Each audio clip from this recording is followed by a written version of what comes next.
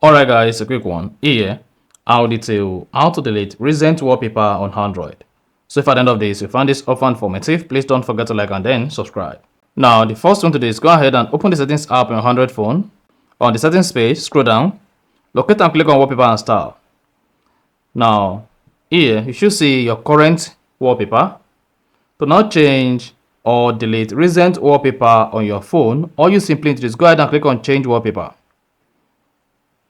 Once you click on change wallpaper, come here and then select the new wallpaper you want to use.